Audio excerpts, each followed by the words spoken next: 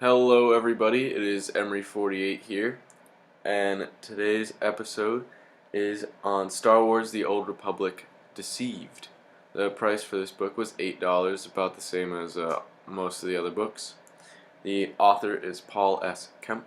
This story takes place in 3653 BBY, and this is 301 years after The Old Republic Revan. Along with that story as well, this storyline follows a similar path, jumping between sets of characters and then finally coming together towards the end of the book.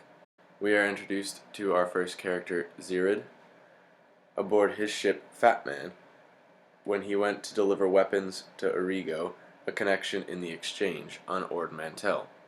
It was a different crew than usual, but still Origo's ship. Zirid was able to escape his own death while also killing all the crew to avenge Origo's death. A different set of characters. We start with Darth Malgus and his Twi'lek servant Eleena, who approach the Jedi Temple on Coruscant. While passing statues of Jedi, Malgus told the statues they had been deceived. Malgus plans to burn the Jedi Temple to rubble and collapse the entire Jedi Order and Republic to bring the Empire to higher power. Aaron Lanier, a new Jedi Knight, accompanied the Jedi Masters negotiating a peace deal with the Sith on Alderaan. She felt uneasy about something unrelated to the negotiations. Malgus and Eleena entered the Jedi Temple with practically no resistance from the few guards outside. A ship with 50 Sith warriors crashed through the front of the Jedi Temple to join Malgus and Eleena in the fight against the Jedi inside. Zirid's handler, Orin, blamed him for the drop going bad and increased his debt for the lost grenades. Aaron felt a disturbance in the Force when the attack began on the Jedi Temple. Malgus, in the attack on the Jedi Temple, killed Master Zalo and many other Jedi Knights throughout the battle. Many Sith warriors were killed. The Sith negotiators mockingly left the negotiations for the day to allow Jedi negotiators time to plan remaining negotiations after Coruscant fell to the Empire.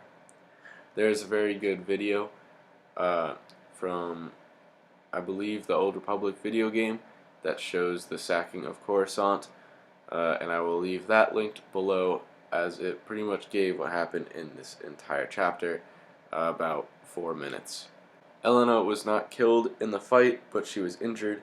Malgus waited to leave Coruscant to watch as Sith bombers destroyed the planet. Malgus and the Sith that survived retrieved the dead Sith to send back to Korriban or Dromund Kaas for a proper burial rite. They then used remaining explosives to send the Jedi Temple to the ground. The Republic negotiators discuss what and who were lost in the Sith invasion of Coruscant. The attack targeted the Jedi Temple, killing Jedi and Padawan, and the Senate, killing the Chancellor. Zirid had been given a job by the Exchange that will wipe his debt with a bonus 200,000 credits. He must deliver Eng Spice, which is highly addictive to a certain brand. There is a dealer on Coruscant that needs to restock his supply. Aaron has left the negotiation team to go back to Coruscant and find the surveillance video of the attack on the Jedi Council in order to find Master Zalo's killer. Aaron will then try to avenge his death. Coruscant was not bombed after the attack. Malgus knows that Darth Angral was the reason for the bombing to be called off. The Empire instead put Coruscant under martial law. It is unclear whether or not he was instructed by the Emperor. Negotiations were underway again on Alderaan. Aaron reached the spaceport in Alderaan. She was approached by a Jedi Knight, Fallen Sor, and their Padawan, Kivo. Zirid has landed on Volta to pick up the Eng Spice. The Hutts sent Vrath to stop Zirid from delivering the Eng Spice to Coruscant so that the Hutts could sell Eng Spice to Coruscant once the addicts on Coruscant were no longer reliant on the Eng Spice they were currently addicted to. Malgus met Angral in the Chancellor of the Republic's office. Adras was already there and had given a full report of the battle from his perspective, with some praise of Malgus and some mistakes made along the way. Malgus became enraged when Adras said that he refused treatment to Eleena. They connected lightsabers and Angral ended the conflict, for now. Darth Angral effectively allowed for Sith politics of Adras attempting to kill Malgus for his position to occur. It seems very fitting that even in the Old Republic, Sith Lords sat at the desk of the Chancellor of the Republic. It most certainly will not be the last time this will happen. Aeryn has told Valen and Kivo to listen to what the Jedi Council has to say. She then took her Jedi robes off before boarding her ship. She is headed to Volta, where Zirid lives. She is going there so that he may be able to help her get to Coruscant. Malgus picked up Eleena from the Republic Medical Facility on Coruscant. Eleena expressed her love to Malgus. Zirid purchased an electric wheelchair for Aura, his daughter. He is being tracked by Vrath on Volta. Zirid gave Aura the hover chair. Nat, Zirid's sister-in-law, told him to stop and get a job on the planet to be a father more. Vrath has now found Aura, but will not use her as a bargaining chip as he does not like involving family or having any collateral. Aeryn and Zirid found each other in the apartment building Nat and Aera live in. Vrath alerted the rest of his team that Zirid was on the move with an unknown person. Zirid agreed to take Aeryn with him to Coruscant. She does not know yet why he is going. They are being followed at least by 2 people so far. Darth Malgus has been stationed as the lead of the blockade around Coruscant. Zirid and Aeryn escaped Vrath and his team at the spaceport, leaving Volta in Fat Man.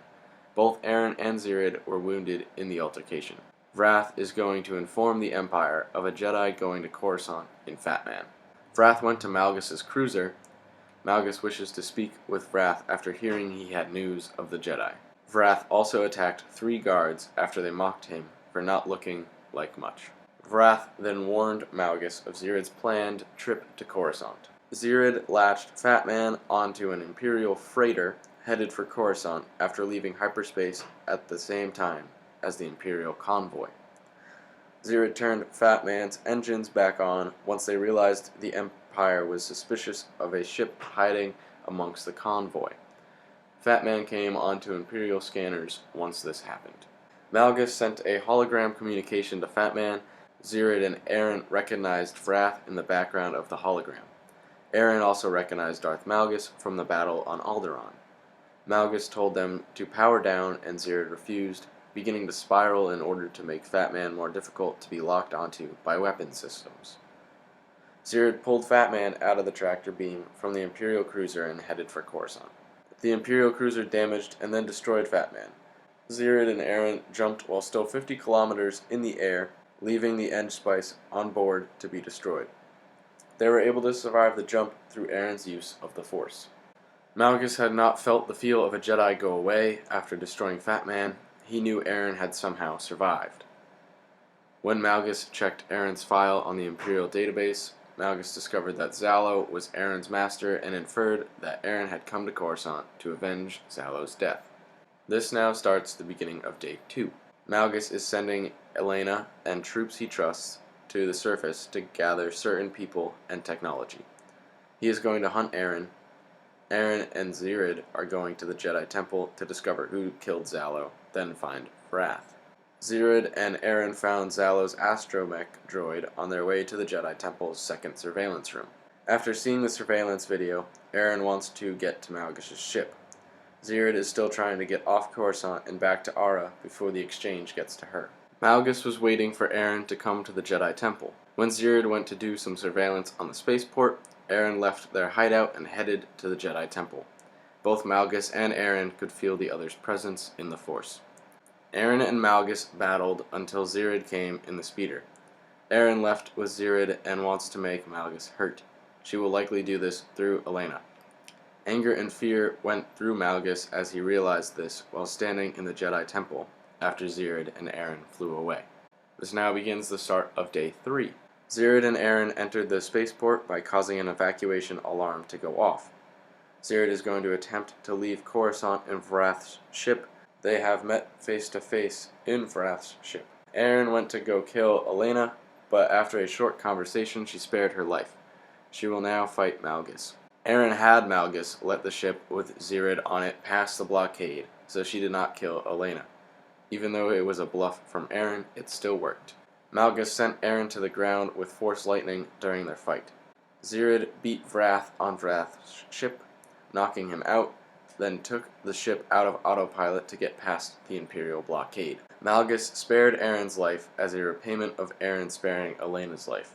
He allowed her to take off in an Imperial shuttle and said she could safely pass the blockade. Zirid sent Vrath out of the airlock because he knew too much about Ara and Nat. Malgus did allow Eren to leave Coruscant.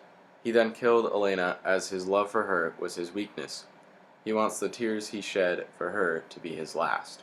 Following this story on these couple of days, Malgus then went to Adras's house and killed him, and inferred that Angrel was next. Eren also found Zirid on Zirid's farm on Dantooine and stayed with him and Ara. Thank you everyone so much for watching. I hope you have a wonderful rest of your week. Please like and comment down below.